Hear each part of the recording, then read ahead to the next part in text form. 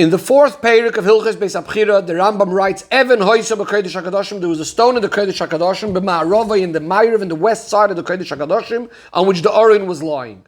When Shlomo built the Beis HaMikdash, he knew it's going to eventually be destroyed.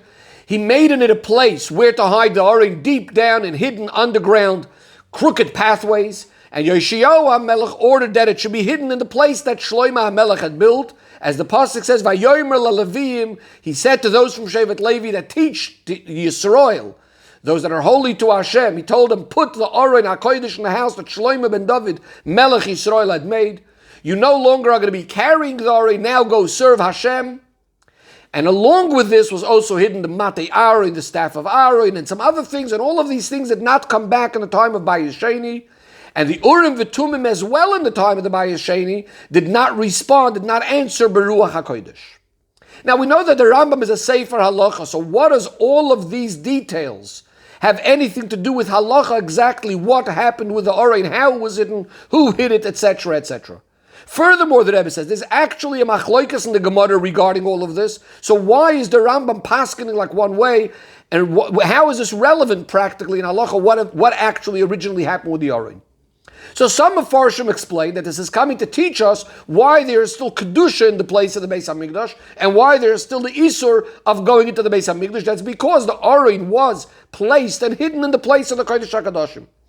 But, says the Rebbe, first of all, the Rambam himself says that the reason why there's still Kedusha there is because of the Shechina. The Shechina is never bottled.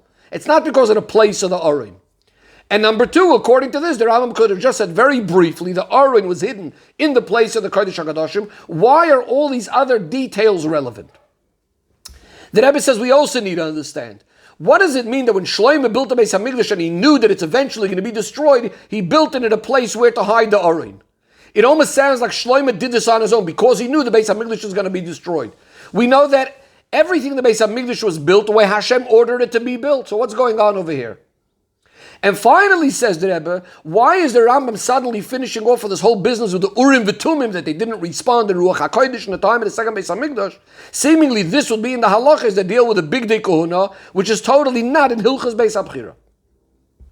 In order to understand all of this, says the Rebbe, we're first going to have a look at where the Rambam actually placed this halacha. In Hilchos Beis Abchira, the Rambam starts off in the first chapter that these are the things that are the main part of Binyan HaBayis. We have a Kodesh, we have a Kodesh HaKadoshim, etc. Then the Rambam says, in the Beis HaMikdash we make various different kelim, and he enumerates those kelim. In Perek Gimel and Dalet he explains all the kelim and where they're put. And finally in Perek Dalet he starts describing the structure of the Beis HaMikdash, the walls, the heichal, the gates, etc. This arichus regarding the Aron seemingly would have fit together with the kelim of the Beis HaMikdash, not in the Perek that's describing the structure and the shape of the building of the Beis HaMikdash. This itself teaches us that according to the Rambam, the Aron is not just like one of the other kelim that were discussed earlier, and it has a particular place, it's kept in the Kodesh HaKadoshim. Rather, the Aron is a detail, an integral part of the Kodesh HaKadoshim itself. It's part of the structure of the Beis HaMikdash, so to speak. In other words, it's the Aron that's really making the Beis HaMikdash this house for Hashem.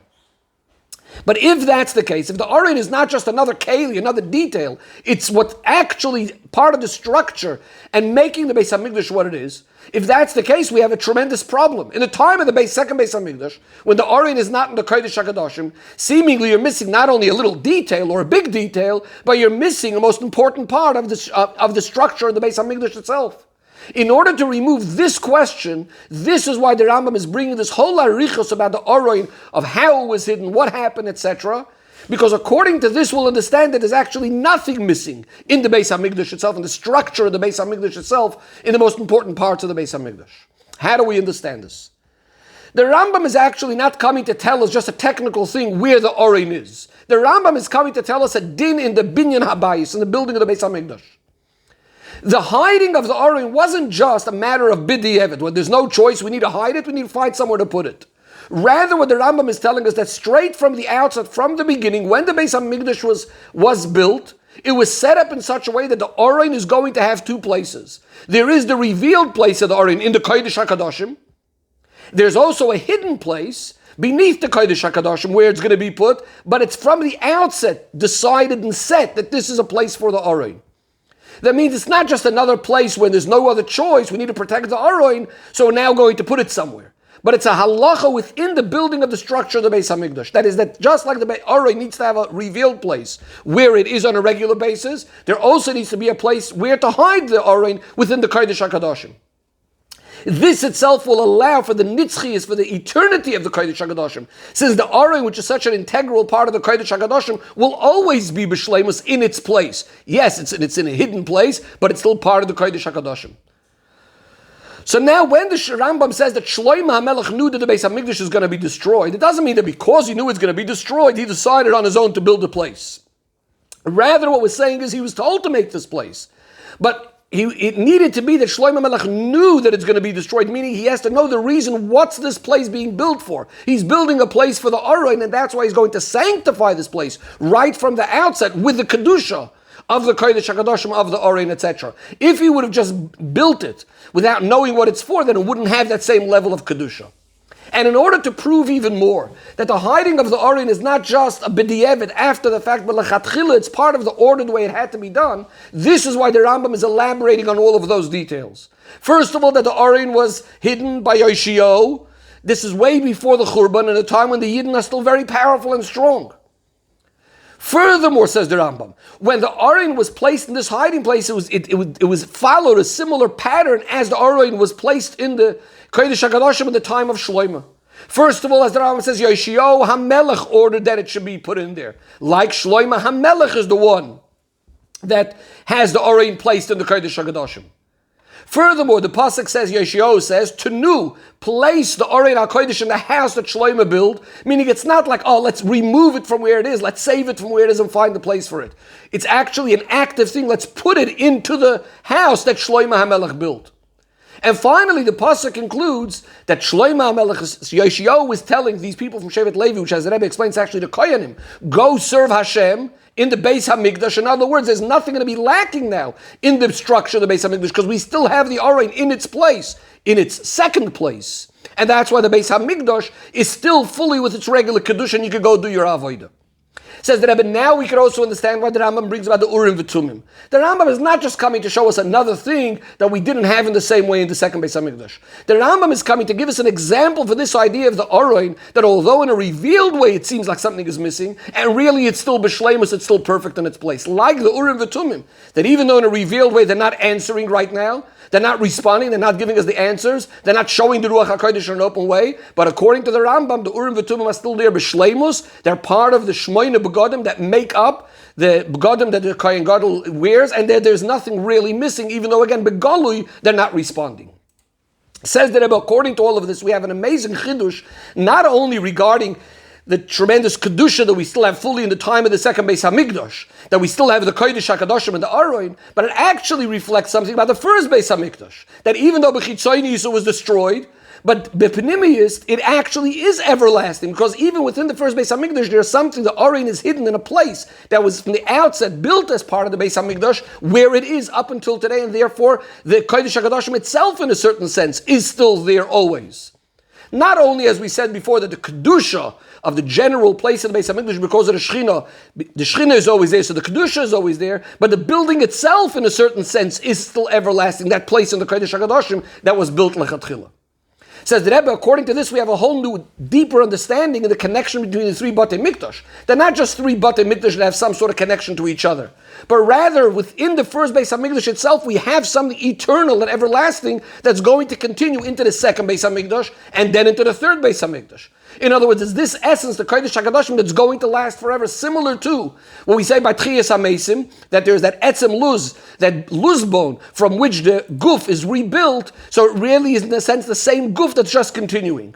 And this is the idea that Shlomo HaMelech built in the Kodesh HaKadoshim, in a place, the very essence of the Kodesh HaKadoshim is a place that where the Aron is never going to be destroyed, and from it continues the second and the third Beis HaMikdash.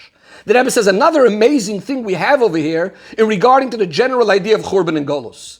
The Rebbe says the Beis HaMikdash on its own would have never been able to be destroyed if Shloimeh HaMelech doesn't leave room, so to speak, in the Beis HaMikdash that it should be able to be destroyed. In other words, the actual fact that the Beis HaMikdash can be destroyed is only because Yidden and Shloimeh HaMelech is leaving room and saying it's going to be destroyed, and that's why we have to build this place. Just like Yidden in general, no one can have power over a Yid unless the Yid himself gives him power.